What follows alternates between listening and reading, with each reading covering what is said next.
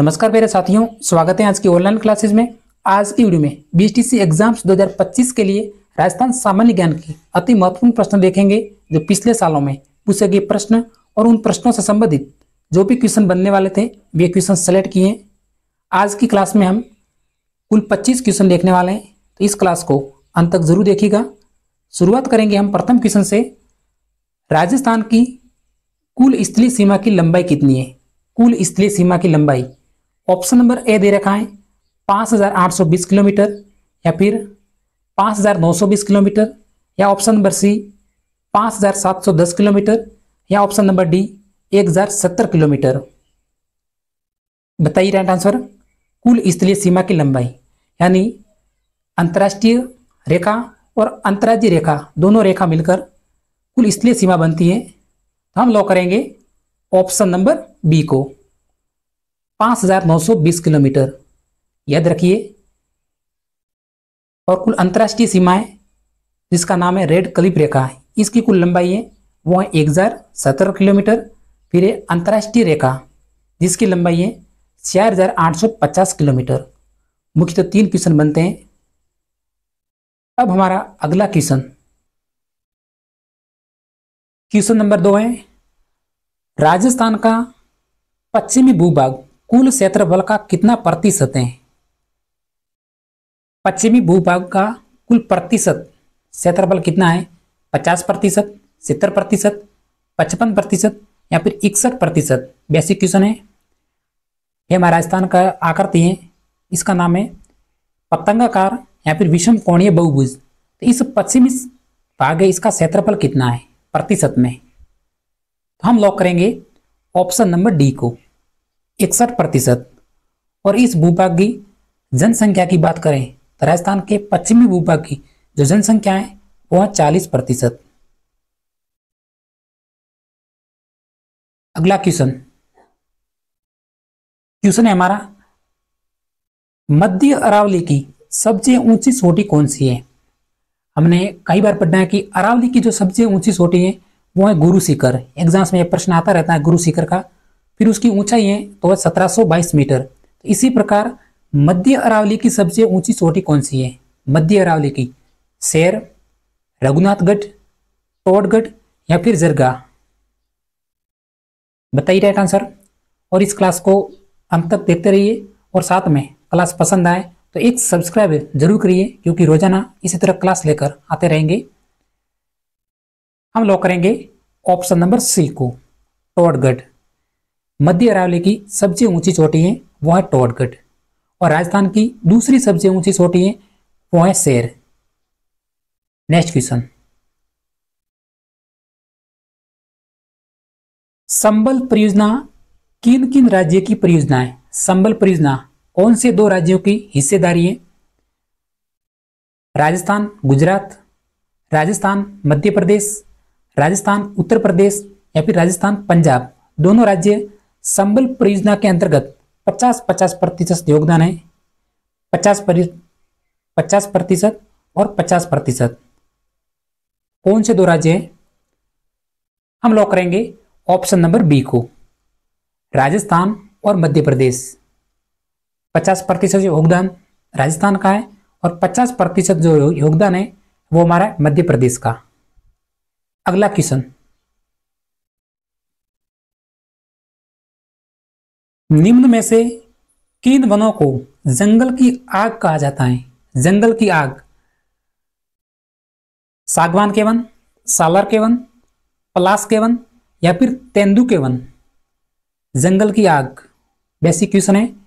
और राजस्थान में सर्वाधिक वनों की बात करें तो वह धोकड़ा के वन संपूर्ण राजस्थान में पाए जाते हैं, केवल पश्चिमी राजस्थान को छोड़कर। तो जंगल की आग कौन से वनों को कहा जाता है? हम लॉक करेंगे ऑप्शन नंबर सी को, पलास के वन। इसी प्रकार सागवान के वन, प्रश्न सब सकता है कि राजस्थान में सर्वाधिक सागवान के वन कौन से जिलों में पाए जाते हैं? तो आपको याद रखना है बांसवाड़ा जिले में। इसी प्रकार तेंदू के वन, इन वनों से बीड़ी बनाने का जो काम किया जाता है वो किया जाता है तेंदू के वन या फिर तेंदू के पत्तों से। और जंगल की आग कहा जाता है वो है पलास के one. Next question, Sharad Mahotsav मनाया जाता है। शरद महोत्सव, ऊंट महोत्सव, मरु महोत्सव और थार महोत्सव, ये 3 महोत्सव इंपॉर्टेंट हैं और ये तीन महोत्सव बीटीसी एग्जाम्स में पूछे जा चुके हैं। इसी प्रकार शरद महोत्सव कौन से जिले में मनाया जाता है? जयपुर जिले में, माउंट आबू सिरोही जिले में, उदयपुर जिले में या फिर बीकानेर जिले में। शरद महोत्सव, ऊंट महोत्सव बीकानेर जिले का है, मरु महोत्सव है जैसलमेर जिले का प्रसिद्ध है और थार महोत्सव है वह है बाड़मेर जिले में। इसी प्रकार जो शरद महोत्सव है वह है माउंट आबू सिरोही जिले में। शानदार क्वेश्चन था, एग्जाम्स में आने योग्य प्रश्न है। अगला क्वेश्चन, राजस्थान की किस जलवायु कटिबंध में स्थित है? राजस्थान सर्वाधिक कौन सी राजस्थान की जलवायु पाई जाती है? उष्ण, उपोष्ण, शीत कटिबंधी या फिर शीतोष्ण?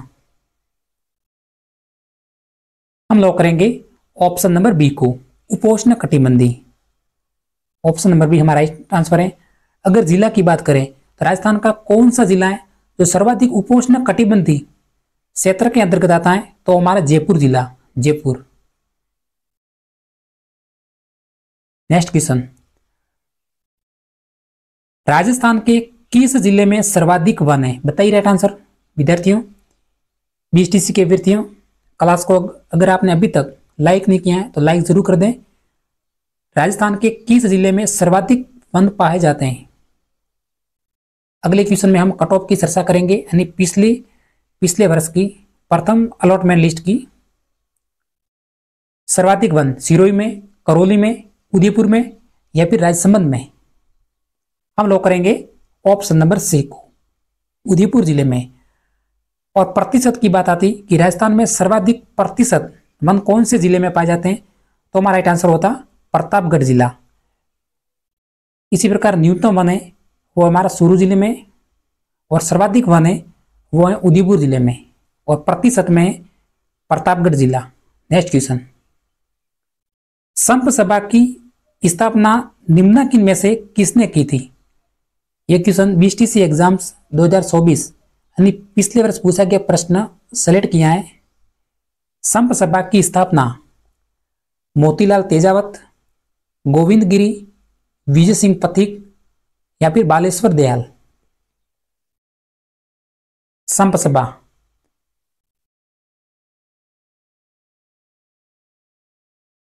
हम लोग करेंगे ऑप्शन नंबर बी को, गोविंद गिरी। जो कि भगत आंदोलन के प्रणेता थे वो थे गोविंद गिरी। इसी प्रकार एक ही आंदोलन के जो प्रणेता थे वो थे मोतीलाल तेजावत। ये 2 आंदोलन मुख्यतः राजस्थान में जनजातीय आंदोलन थे, भगत आंदोलन और एक ही आंदोलन।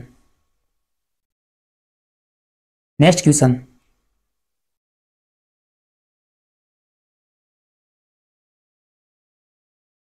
सुमेलित कीजिए, ये हमारी प्रथा दे रखी है और रोक लगाने वाली रियासतें दे रखी हैं।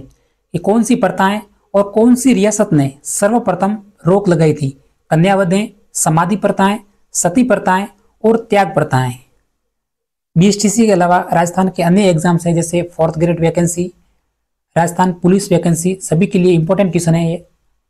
तो कन्यावध पर सर्वप्रथम रोक कौन सी रियासत ने लगाई थी? वो लगाई थी कोटा ने। इसी प्रकार समाधि प्रथा पर सर्वप्रथम जो रोक लगाने वाली रियासत थी वो थी हमारी जयपुर।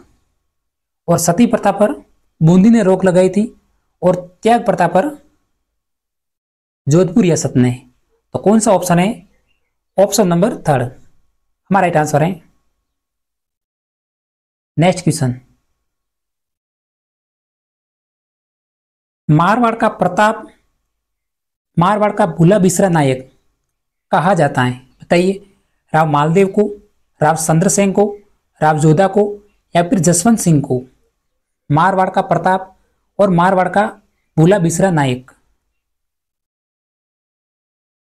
हम लोग करेंगे ऑप्शन नंबर बी को, राव चंद्रसेन को।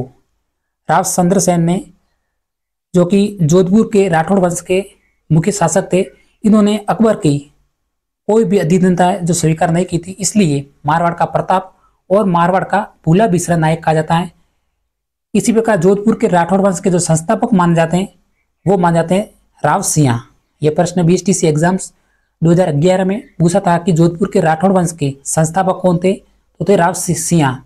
इसके बाद है जोधपुर के राठौड़ वंश के अन्य शासक हैं, वो है मालदेव है, राव चंद्रसेन है, राव जोधा है और जसवंत सिंह है। नेक्स्ट क्वेश्चन, मरुस्थल में वर्षा काल में बनने वाली छोटी झीलों को क्या कहा जाता है? स्क्रीन पे आप सबको जो भी प्रश्न देख रहे हैं वे वेरी वेरी इंपॉर्टेंट क्वेश्चन है। बहुत ही मुश्किल से ऐसे क्वेश्चन सेलेक्ट किए। मरुस्थल में वर्षा काल में बनने वाली छोटी झीलों को क्या कहा जाता है? रनटाट, पलाया, बरखान या फिर जोहड़। सभी ऑप्शन आपस में इंपॉर्टेंट है, तो हम लॉक करेंगे ऑप्शन नंबर बी को, पलाया। इसी प्रकार पथरीले क्षेत्र में बनने वाली पलाया जिला का जो स्थानीय नाम है वो है हमारा रन और टाट। और उत्तरी मरुस्थल में अर्धसंध्राकाल रेत के टीलों का जो नाम है वो हमारा बरखान। और जोहड़ शेखावटी क्षेत्र में जो कुओं का स्थानीय नाम है वो हमारा जोहड़। तो साथ की जो भी आपको जानकारी दिखाई दे रही है वो याद रख सकते हैं, इंपॉर्टेंट है। फिलहाल इस क्वेश्चन का हमारा राइट आंसर है ऑप्शन नंबर बी, पलाया। नेक्स्ट क्वेश्चन, जनगणना 2011 के अनुसार राजस्थान की महिला साक्षरता दर क्या है? राजस्थान की महिला साक्षरता दर बीएसटीसी एग्जाम्स 2024 का क्वेश्चन है और इस क्वेश्चन से संबंधित कुल 5 क्वेश्चन सेलेक्ट किए हैं। राजस्थान की महिला साक्षरता दर, देश में बात करें तो देश में भी राजस्थान में सबसे कम महिला साक्षरता वाला जो राज्य है वो हमारा राजस्थान है। तो कुल कितनी साक्षरता है? हम लोग करेंगे ऑप्शन नंबर ए को, 52.12%, यानी लगभग आधी साक्षरता ही है। पुरुष साक्षरता की बात करें तो लगभग 79%। राजस्थान में पुरुष साक्षरता है। फिर सबसे ज़्यादा पुरुष साक्षरता वाला जो जिला है वो हमारा कोटा, और सबसे ज़्यादा महिला साक्षरता वाला जो हमारा जिला है वो है झुंझुनू। ऐसे प्रश्न एग्जाम्स में आते हैं, कन्फ्यूजन करने योग्य प्रश्न है। फिर सबसे कम महिला साक्षरता वाला जो हमारा जिला है वो है जालोर, और सबसे कम पुरुष साक्षरता वाला जिला है वो हमारा है प्रतापगढ़। एक बार इस क्वेश्चन को जल्दी से देखना ताकि आपको 1 जून वाले पेपर में ये प्रश्न सही हो सके। क्वेश्चन नंबर 14, सप्पन का मैदान स्थित है। सप्पन का मैदान गंगानगर व हनुमानगढ़ यानी राजस्थान के उत्तरी जिले, डूंगरपुर और बांसवाड़ा राजस्थान के दक्षिणी जिले, मांडलगढ़ भीलवाड़ा या फिर प्रतापगढ़ व बांसवाड़ा। सप्पन का मैदान पटवारी एग्जाम्स 2019 में प्रश्न पूछा जा चुका है। हम लोग करेंगे ऑप्शन नंबर डी को, प्रतापगढ़ और बांसवाड़ा। और राजस्थान में कर्क रेखा गुजरती है वो गुजरती है डूंगरपुर और बांसवाड़ा जिले में। इसी प्रकार डांग क्षेत्र, तो डांग क्षेत्र मुख्यतः धौलपुर और करौली क्षेत्र को कहते हैं। फिर मुकुंदरा हिल्स है, कोटा और झालावाड़ का क्षेत्र है। फिर पिंडमाड मैदान है वो है देवगढ़ और राजसमंद का क्षेत्र। नेक्स्ट क्वेश्चन, किस शिलालेख में मेवाड़ के इतिहास का वर्णन है? कौन सा शिलालेख है? सिरवे का, राज प्रशस्ति, अश्लेश्वर या फिर उपरोक्त सभी। मेवाड़ के इतिहास का वर्णन कौन से शिलालेख में मिलता है? हम लोग करेंगे ऑप्शन नंबर डी को, उपरोक्त सभी। इसी प्रकार राजस्थान का और विश्व का सबसे बड़ा शिलालेख कौन सा है? तो हमारा है राज प्रशस्ति। बप्पा रावल से लेकर राज सिंह तक की शासकों का उल्लेख मिलता है राज प्रशस्ति में। क्वेश्चन नंबर 16, जूते हुए खेत के साक्ष्य किस सभ्यता से मिले? जूते हुए खेत सभ्यता और सभ्यता से संबंधित जिले कौन सी सभ्यता कौन से जिलों में स्थित हैं? जैसे कालीबंगा हनुमानगढ़ जिले में, बेरठ जयपुर जिले में, आर सभ्यताएं उदयपुर जिले में, गणेश्वर सभ्यताएं जो कि नीमका थाना सीकर जिले में, फिर बागुर सभ्यताएं जो कि भीलवाड़ा जिले में स्थित हैं। तो जूते हुए खेत के साक्ष्य कौन सी सभ्यता से मिले? हम लोग करेंगे ऑप्शन नंबर डी को, आहड़ सभ्यता। कालीबंगा सभ्यता, आड़ नहीं, जो कि हनुमानगढ़ जिले में स्थित है। कालीबंगा का जो शाब्दिक अर्थ होता है वो होता है काले रंग की चूड़ियां। किस प्रतिहार राजा ने आदिवरा की उपाधि ग्रहण की? आदिवरा, महेंद्रपाल, वत्सराज, मिहिर या फिर नागभट्ट प्रथम। बीएसटीसी के अभ्यर्थियों, क्लास को सब्सक्राइब जरूर करना है, अंत तक बने रहना है। कुल 25 क्वेश्चन ही देखेंगे। आदिवरा और प्रभास पाटन, हम कहते हैं ऑप्शन नंबर डी को, नागभट्ट प्रथम।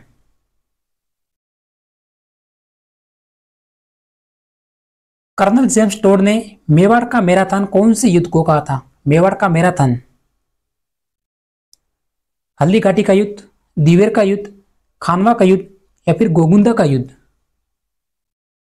मेवाड़ का मैराथन। हम लोग करेंगे ऑप्शन नंबर बी को, दिवेर का युद्ध, जो कि महाराणा प्रताप और अकबर के मध्य हुआ था। इस युद्ध में महाराणा प्रताप की विजय हुई थी, इसी कारण कर्नल जेम्स टोड ने इस युद्ध को मेवाड़ का मैराथन कहा।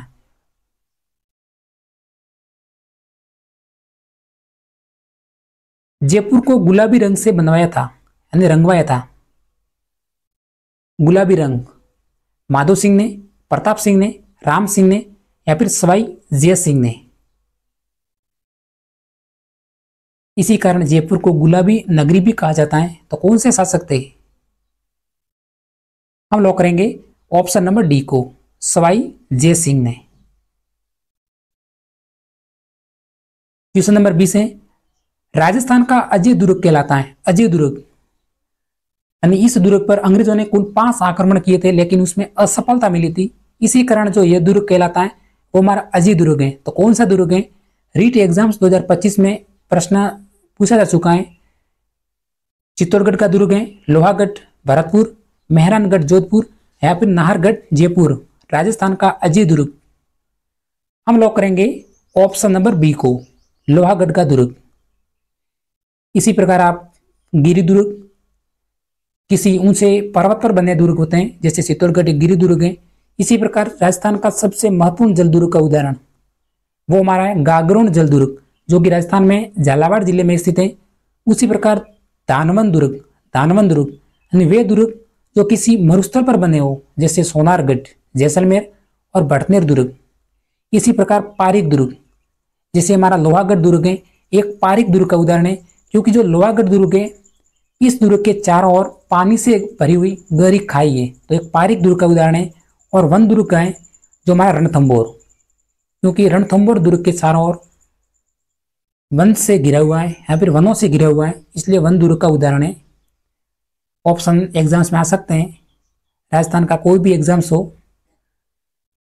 1857 के विद्रोह में राजस्थान में सैनिक सावनियां कितनी थी? ये क्वेश्चन सिंपल है बिल्कुल। 1857 की क्रांति के समय राजस्थान में कुल सैनिक सावनियां 2, 4, 6 या फिर 8? हम लोग करेंगे ऑप्शन नंबर सी को, 6 सैनिक सावनियां थी।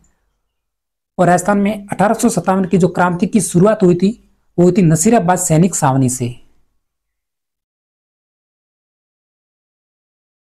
राजस्थान राज्य अभिलेखागार स्थित है। राजस्थान राज्य अभिलेखागार, ये प्रश्न 1 जून को आपको जरूर देखने को मिलेगा। या फिर राजस्थान राज्य अभिलेखागार का, या फिर राजस्थानी भाषा साहित्य एवं संस्कृत अकादमी का, या पश्चिमी क्षेत्र सांस्कृतिक केंद्र का? हम लोग करेंगे ऑप्शन नंबर बी को, बीकानेर जिले में, जो कि राजस्थान राज्य का अभिलेखागार स्थित है। इसी प्रकार राजस्थानी भाषा साहित्य एवं संस्कृत अकादमी, यह भी बीकानेर जिले में स्थित है। उसके बाद है पश्चिमी क्षेत्र सांस्कृतिक केंद्र, ये उदयपुर जिले में स्थित है। नेक्स्ट क्वेश्चन, हरिकेली नाटक के रचनाकार कौन थे? हरिकेली नाटक,